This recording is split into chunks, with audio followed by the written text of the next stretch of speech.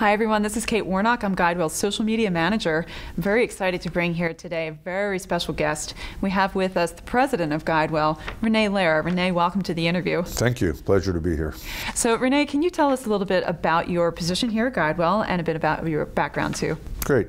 I've been at GuideWell now for a little less than a year and a half. I'm president of GuideWell, which means I have responsibility for all of the GuideWell subsidiaries, Florida Blue, GuideWell Connect, GuideWell Health, and Diversified Services. I have responsibility on the day-to-day management of those businesses as well as all of operations and IT. Prior to that, many years ago, I started as a practicing physician, as a board-certified internist, and then was involved in many managed care companies over the past 30 years, from large healthcare players like Prudential and Travelers to entrepreneurial companies, startups, and private equity. Well, it's a very distinguished career, and I know that we're very lucky to have you here at GuideWell, but we're here today to talk very specifically about a new partnership that our company has entered in with. And before I ask you details on that, I kind of wanted to set you up with some statistics that I think are very relevant to our conversation. We have, as a proportion of our population, roughly 20% of all Floridians are over the age 65. We have about 15% of those over 65 group are aged 85 and older. And according to the Department of Elder Affairs, we know that Florida is going to see an influx of another 3 million seniors in the coming decades. So knowing that, and knowing what our population looks like today and going to be in the future, tell us a little bit more about this partnership that GuideWell has made with Alignment Healthcare. Well, first, let's talk about the population. This is a diverse population, many Floridians, many coming from other states, that really begin to have challenges as they age. Some of them are obviously quite healthy, the younger Medicare patients, and even some of the older ones. But a subset of this population each year gets ill, and the percentage of the population that has chronic illness is quite high. And when we start looking at patients, as you said, 14% of the 20 that are over 85, we begin to really get into areas of multiple morbidities, multiple disease states, working at the same time with very little coordination of care in their care by their providers. Many of them see primary care physicians, but they may also have heart disease or kidney disease or liver disease or other diseases, and often their care becomes fragmented and segmented without someone really overseeing the entire problem and the entire patient. You become a aggregation of body parts and not the whole person, and it's a problem. A patient needs someone, and their family needs someone to help oversee all of the care that's being delivered. Although it exists, it's lacking in many circumstances. Our relationship with Alignment is meant to address that issue in this particular population, the frail elderly with multiple comorbidities, multiple illnesses, multiple chronic problems, which again is not uncommon to see patients 3, 4, 5, or even more illnesses at the same time. The goal with Alignment is to have a provider who will take full responsibility in conjunction with the PCP of all the care that's delivered to the patient, regardless of whether it's in the hospital, outpatient, home, specialist, primary care. It's really to be the captain working with the primary care physician to oversee all the care for the patient. Can you give us a little bit more then about what this super primary care physician might be, and what kind of team is that person going to have in place? Because as you said, there's many comorbidities, but there's also other issues that might be social or mental health related too. The provider in this group will generally be a primary care doctor who's trained as an internist, often, could be family practice, internist, who's gone through extensive training through Alignment to be able to manage chronic complex illnesses in the elderly. They have specific training that may take 6 to 8 months to get them knowledgeable about the various conditions and illnesses that this population may see.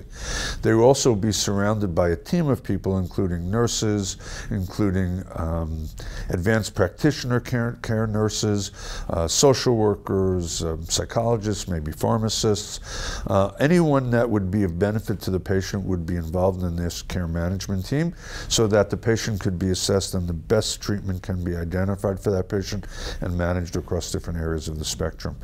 The goal would be that that patient would clearly remain with their original primary care physician. They would still maintain that relationship. The primary care would be knowledgeable of everything that was going on, but when the patients became needy, intensive management, the extensivist doctors would take on responsibility for truly managing these patients. They would do it in a number of ways. They would establish local clinics, a few local clinics in the local communities where they can bring patients in to see them, treat them, manage them, educate them. More than just a physician's office, the clinic will have capabilities relative to social issues, relative to a place to come to speak to someone, relative to get information for the patient and or their family or caregivers. So it will become a center of influence for them to understand their health care and how to improve their health care. In addition, there will be monitoring in the home setting, whether it's blood pressure monitoring, glucose monitoring, weight monitoring, movement monitoring, so that when a patient is at home, we have a view as best as we can of what's going on with that patient, if they're compliant, what any changes to their health status might be. So once we see those changes, we can intervene and help and support them. Okay, so we've moved away from having a very fragmented, very reactive kind of health system for the frail elderly here in Florida to something that sounds much more holistic and really powered by that oversight that's probably been lacking. So that's a shift in the right direction, I'm sure. So you mentioned this in-home monitoring. I want to know a little bit more about what that might look like. You know, are these sensors, are these wearables, and how do we take someone who's probably not accustomed to having that kind of object in their home or even on their body? How do we begin to explain what this is going to do for them? Clearly it depends on the patient, but there are some basics. It's all going to be web-enabled, Bluetooth-enabled, so someone will have a scale and they'll weigh themselves every day, for example, which is an early indication of congestive heart failure, so that we can see changes in their weight. If they're constantly gaining weight, there's a likelihood they're retaining fluid, right, and as a result could be precipitating into congestive heart failure. If they're diabetic, there are ways to teach people to do blood sticks, finger sticks, so they can measure their blood sugar. There can be sensors in the home to detect movement, so if someone is frail and elderly, living alone, and you don't see movement in the house, it could identify a concern and a problem. So whether it could be wearables, it could be whatever the patient is willing to do, that we can extract that data in combination with what we know from our claims data that we share with Alignment, what we know from the EMR data that Alignment has. It's really to get as holistic a picture of that patient at the time when we don't see them, when they're home.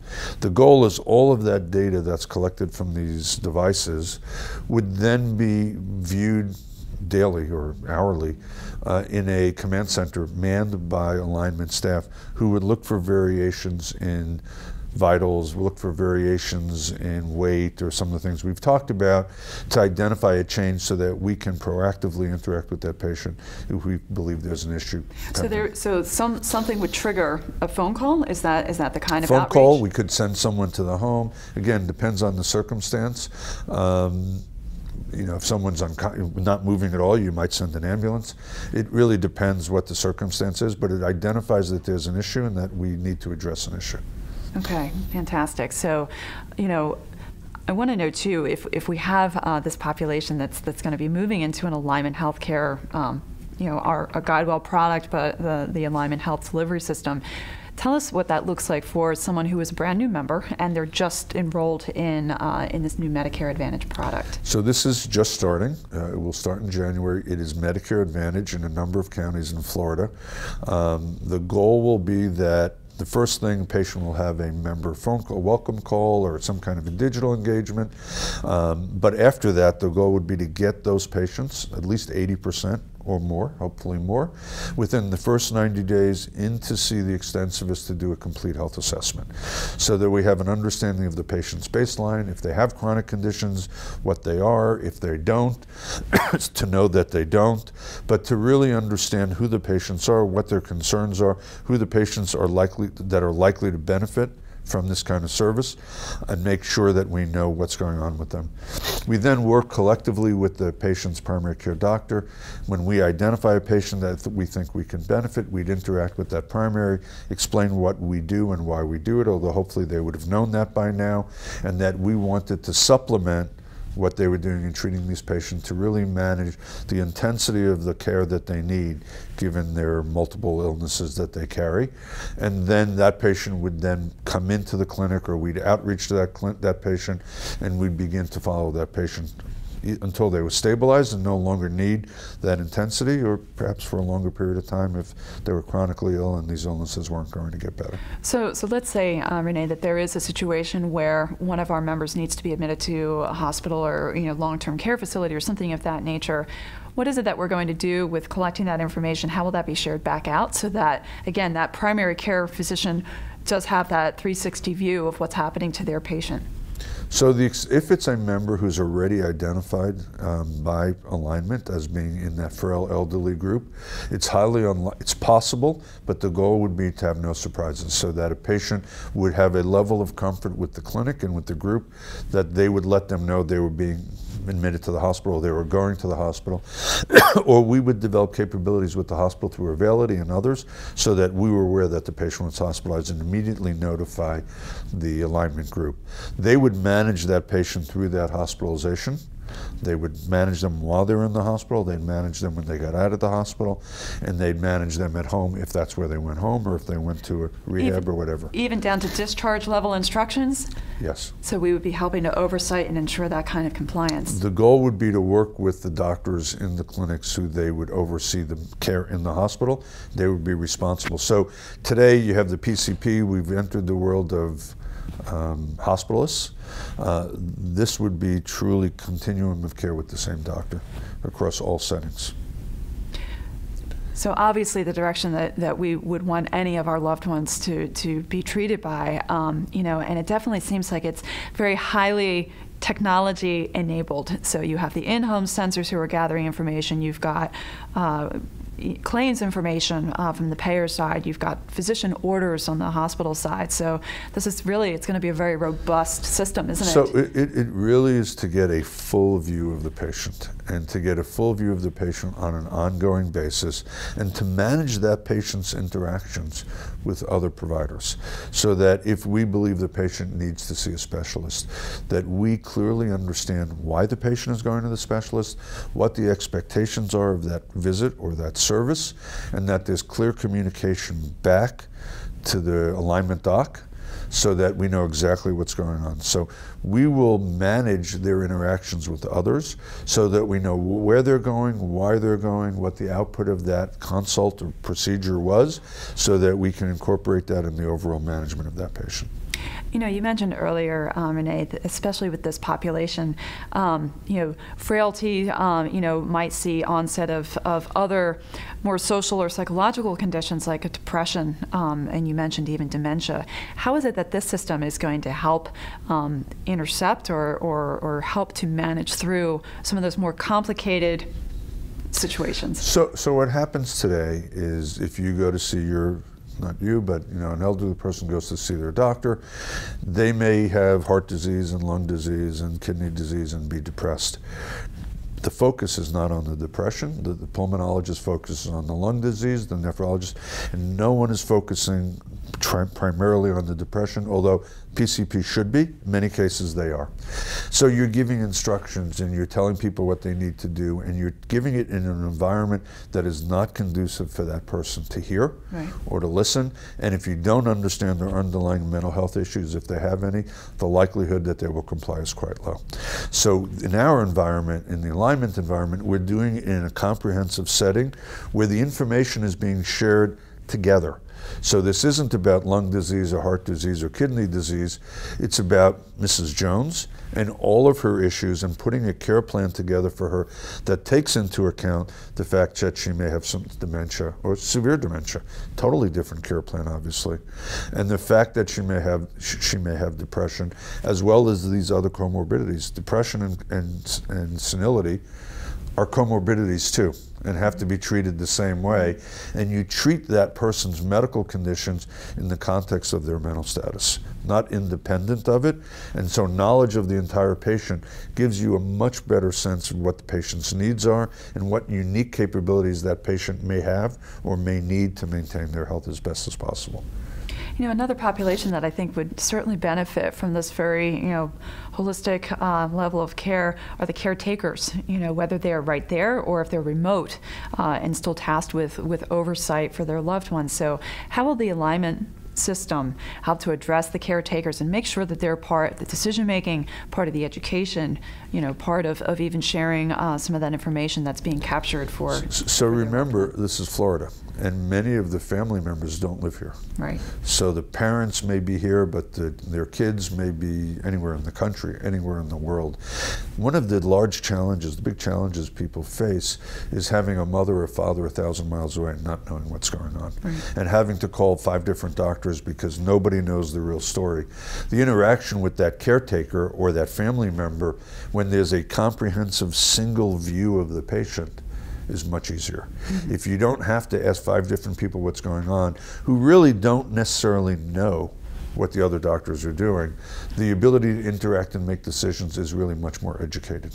So that's helpful. Secondly, if there is physically a caregiver who's in the area or in the house, it's to educate that caregiver on the unique needs of the patients to make sure they understand what it is that that patient needs to be stable, as stable as they can be given their health status.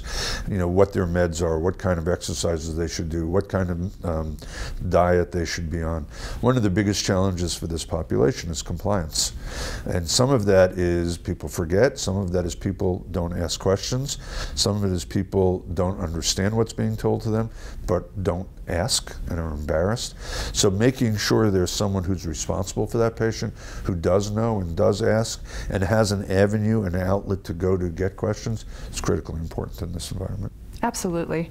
One thing that I can certainly see, it seems like this is a very high touch, very intensive oversight of this member base, obviously with high needs.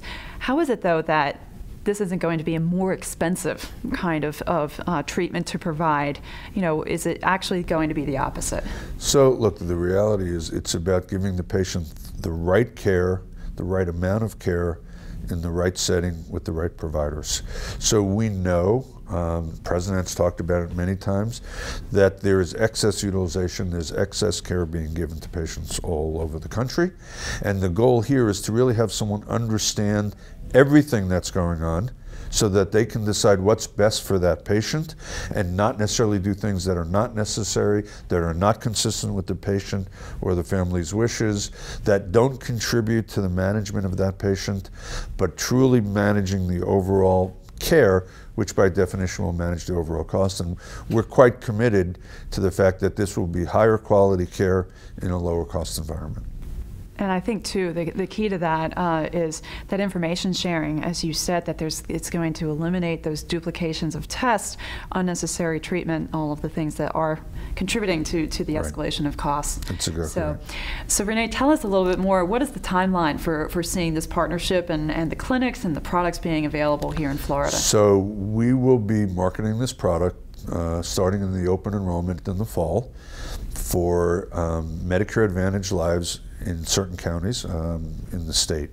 The expectation is that after the open enrollment is done in December, we will have these members enrolled, and this program will be up and running in several counties on January 1st. And the hope is, as I mentioned, that over the first 3 months till the end of March, that 80% of these people will have been brought in, assessed, and get knowledgeable about the program. And I assume that we'll be seeing this expand to more counties over the coming years. That's the plan. We'll take one step at a time. Right. We'll see how it goes, but right now we're very excited about it. We're excited about the impact it will have on patients. We're excited about a partnership with the primary cares in the community as well as the specialists and hospitals. We're not looking to compete with them. We're looking to supplement them and to do what's right to support the management of the patient, supporting the care providers that are already in the community. So René, thank you so much for your time today. It was a pleasure speaking with you, and we look forward to talking with you again. Thanks very much. Appreciate it.